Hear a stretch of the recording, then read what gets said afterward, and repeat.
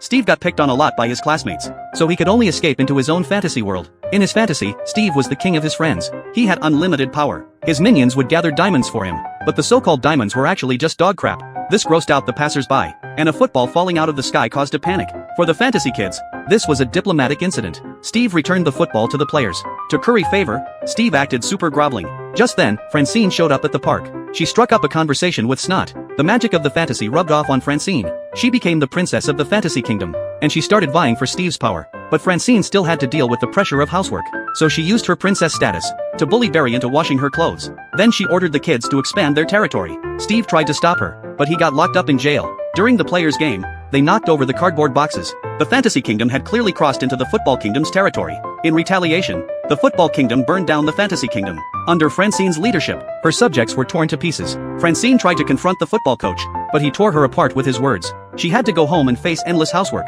Steve found Francine in the basement. He used the power of fantasy to cheer his mom up. So Francine went to find the football coach again. She decided to use the power of fantasy to make both sides coexist.